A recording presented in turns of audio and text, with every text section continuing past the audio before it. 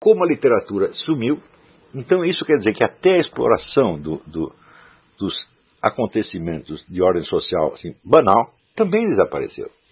Isso significa que durante 50 anos ou mais, a população brasileira sofreu alterações, sofreu mudanças psicológicas enormemente profundas.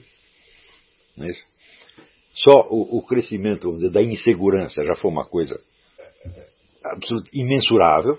Quer dizer, você tem um país que era onde todo mundo se sentia mais ou menos seguro, de repente ninguém mais pode sair na rua porque tem medo de uma bala perdida, de um assalto, uma coisa assim. Né? Só essa experiência jamais foi descrita na nossa literatura.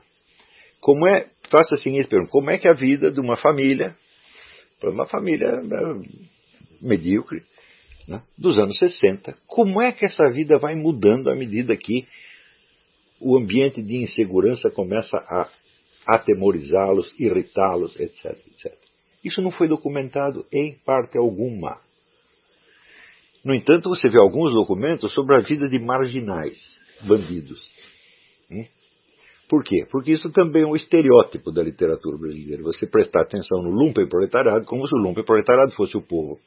Claro que é mais fácil você descrever o lumpenproletariado do que o povo. Né? Porque a conduta do lumpenproletariado é a conduta padrão. A criminalidade é repetitiva por sua própria natureza. A criminalidade está toda catalogada no Código Penal. Não há crimes não descritos.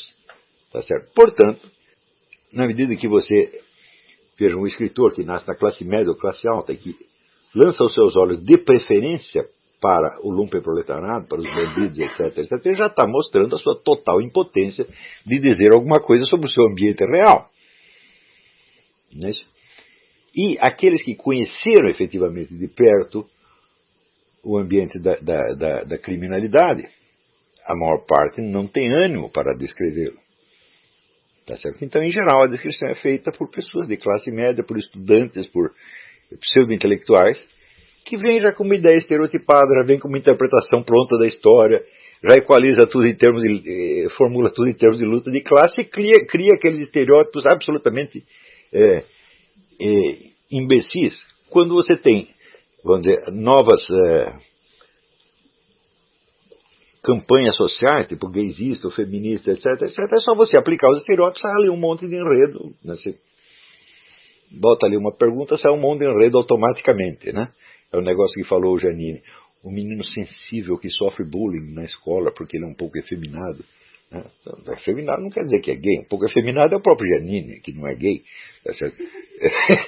Porque ser efeminado é uma condição sine qua non para ser professor da USP. Você tem que dar uma... Você não precisa ser gay, mas uma desmanhecadinha, um falsete, tipo Fernando Henrique. Isso é absoluto. Aquele Pinheiro, como é que chamava? Aquele professor, não sei que Pinheiro. Esqueci o nome dele. Não, os falsetes, umas desmanhecadas, tem que dar, necessariamente, porque isso, neste ambiente, como é que se diz? É um emblema de elegância. Né? Então, você vê, até a elegância dos caras é uma coisa absolutamente estereotipada e totalmente kitsch. Né? E, quer dizer, que esse artificialismo, essa banalidade, tudo isto torna a vida das pessoas ainda mais deprimente. Né? E infunde nelas um senso de insignificância. Ora, se você não tem experiência da profundidade da vida, então você não tem conhecimento de si mesmo. E você não tem nenhuma dimensão da transcendência, de um Deus, da onissapiência perante o qual você pode se apresentar, que pode julgar, que pode te dar a verdadeira medida e pode te informar quem é você. Então o indivíduo não tem essa experiência, não necessariamente na escala religiosa, mas pode ser na escala imaginativa, artística também. Tá certo? Ele não sabe quem ele é e ele precisa de um espelho, evidentemente. Ora, se você tem a experiência da profundidade, eu vou ler aqui esse parágrafo que eu escrevi no Facebook outro dia. Todo aquele que não se apresenta diariamente diante do trono do Altíssimo, com o coração trêmulo de vergonha, não só pelos seus próprios pecados, mas pelos de todos os seus irmãos, consciente de que, em face da perfeição e da onissapiência divina, cada um dos seus atos foi errado, mesmo aqueles que sua vaidade considerou os melhores, e sentindo até o fundo da alma que o perdão é o único bem valioso a ser ambicionado, esse nunca saberá o que é sinceridade, nem muito menos honestidade. Então, é evidente que sem a experiência desta dimensão, quer dizer, uma espécie de confronto com o juízo final, tá certo? Onde a sua vida ela parece inteira, com todo o mal que você fez, tá certo? E com todo, vamos dizer, o afastamento, o abismo que você cavou entre a sua autoimagem idealizada e a sua realidade. Tá certo? Se você não tem essa medida, fala, então você não tem profundidade nenhuma, as suas ideias, as suas opiniões, as suas crenças, as suas imagens, são tudo copiado da televisão, meu filho. Na melhor das hipóteses, tá entendendo? E, quando as pessoas são assim, lhes falta o espelho, quer dizer, a medida. Não é isso? A medida do homem que tem profundidade é a eternidade. Tá certo? Então, vamos dizer, a distância de céu e inferno. Tá certo? Mas você precisa ver o céu e o inferno em você mesmo, meu Deus do céu. Não adianta você dizer, se você só tem a vivência disso sob o aspecto religioso, teológico, você tem uma noção de céu e de inferno. Isso quer dizer que você pode ter uma prática religiosa e não ter noção nenhuma, você não tem experiência nenhuma da coisa. Por quê? Porque você não permitiu que aquilo afetasse a sua imaginação. Então, este que é o ponto. Quer dizer, a sua noção do céu e do inferno é uma definição teológica, e você, não vou fazer tal e tal coisa, porque senão eu vou para o inferno. Falo, bom, você está cumprindo a religião, evidentemente, mas você não tem experiência nenhuma. Quer dizer, a sua religiosidade é inteiramente superficial, e no fundo você não tem ideia do que você está falando. Para fins de salvação da sua alma, isso pode até funcionar, porque são essas pessoas que são chamadas, no vocabulário da mística cristã, essas são chamadas criancinhas. Então o que é a criancinha? É o sujeito que está ali seguindo os mandamentos, seguindo o preceito, sem entender nada, sem ter uma vivência profunda, fala, bom, mas esse é o começo. Se você não tiver nem isso, então não vai ter coisa nenhuma.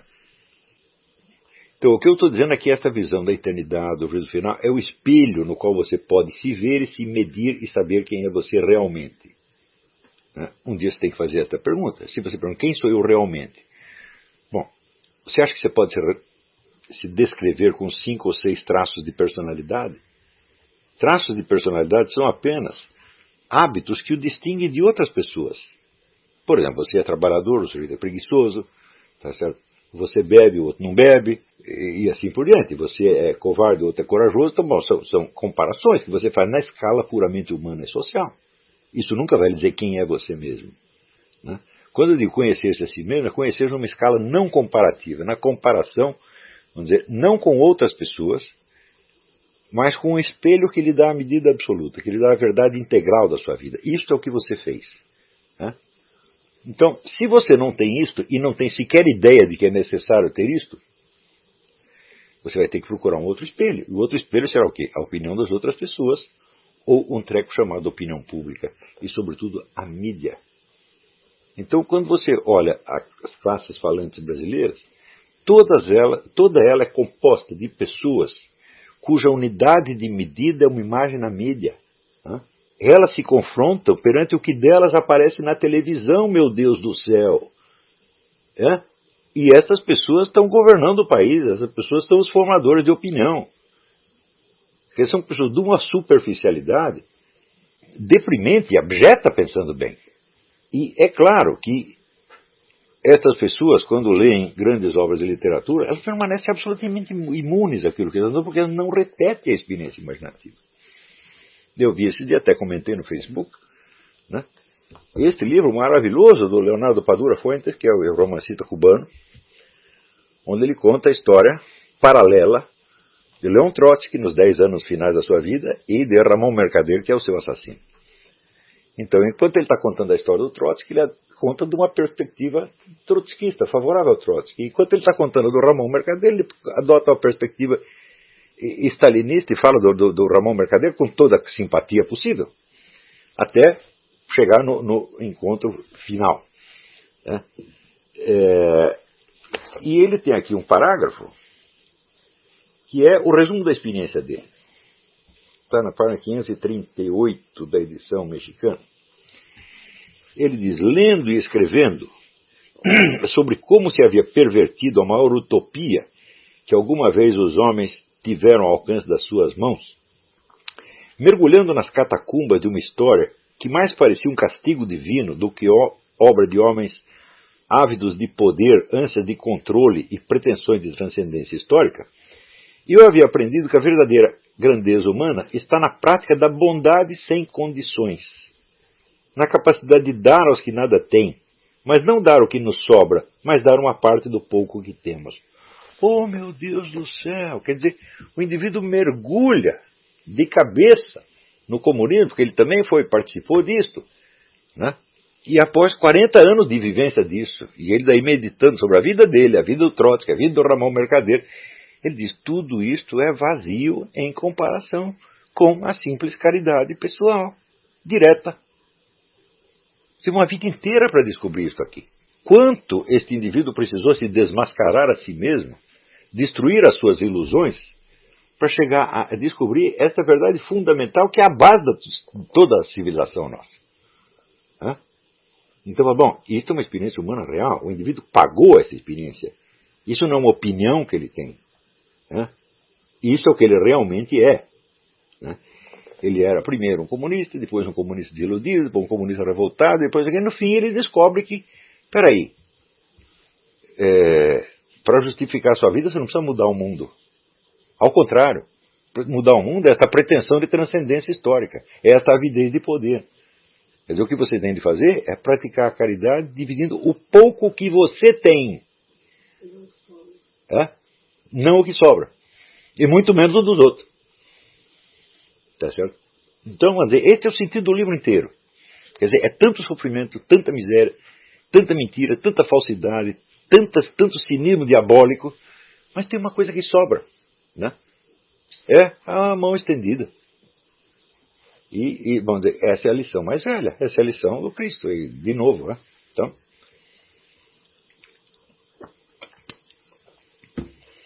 você não encontrará em toda a literatura brasileira uma lição como essa. Não, realmente não tem. Tem alguns esboços quase no Zé Geraldo Vieira, tem um pouco disso, mas é um pouco.